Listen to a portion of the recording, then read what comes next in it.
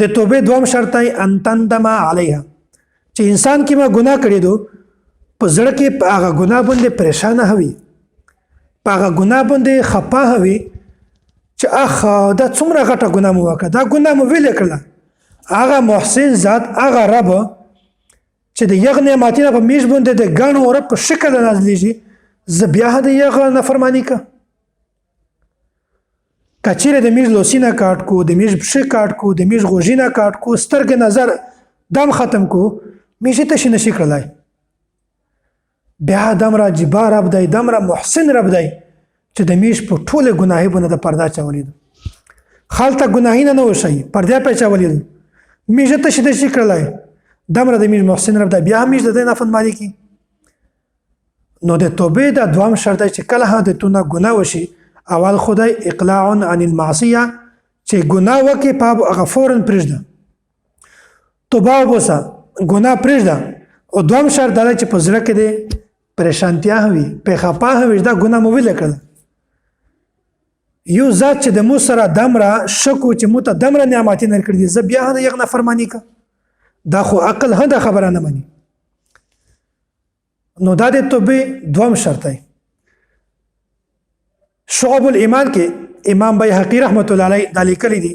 چې من اخطا خطیئه کوم سړی چې یوه خطویي وکړو غلطي وکړو او اذنب ذنبا یا دا ګناه وکړو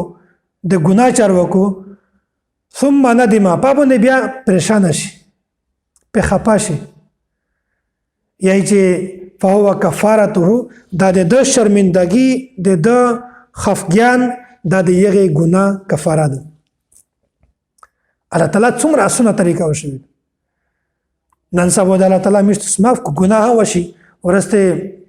خالتیای ها بجاغیږي او زنداز غني چې مو خدا شکر کړای دي بلکې که ګناه در خوشي توبه وبسه پانا بعد پزړه کې هغه ګناه بد هم وګړه دغه د توپ شمونتیا د تو خفګیان دا ندامت دا د یغه ګناه د پوره کفاره ده او داسې صلحاء کرام صالحین دا خبره بیانوي یا چې صرف په ژبه سره استغفار ویل په خلا سره توبه استل استغفار ویل دا توبه نه دو بلکې توبه د دوی شای د مجموعي نوم دی په ژبه سره استغفار او په زړه کې په هغه ګناه باندې پښیمانتیا په هغه ګناه باندې په زړه کې شرمندګي خپه کېدل دغه دوی سره د مجموعي نوم توبه دی یو سړی ګناه وکړو په باندې توبه وباسي په ژبه سره استغفار ده وکړو استغفر الله د الله تعالی نه معافي هو غوړي خو کچیرې په ژبه سره استغفار وي دغه حقیقتا توبه نه ده بلکې دا استهزاء ده یو ملانډي او ولته حقیقتا توبه جوړیږي چې په ژبه سره د استغفار الفاظ هوي او په زړه کې په هغه ګناه باندې خپه هوي چې دا ګناه مو ویل کړل دغه دوی سره د مجموعین دا توبه ده نو دا د توبې دوام شرط ان تندم علیها چې کیما ګناه در خوشي په هغه ګناه باندې په زړه کې پریشانتیا په هغه ګناه باندې په زړه کې ندامت په خپه کېدل دا ګناه مو ویل وکړه نو دا د توبې دوام شرط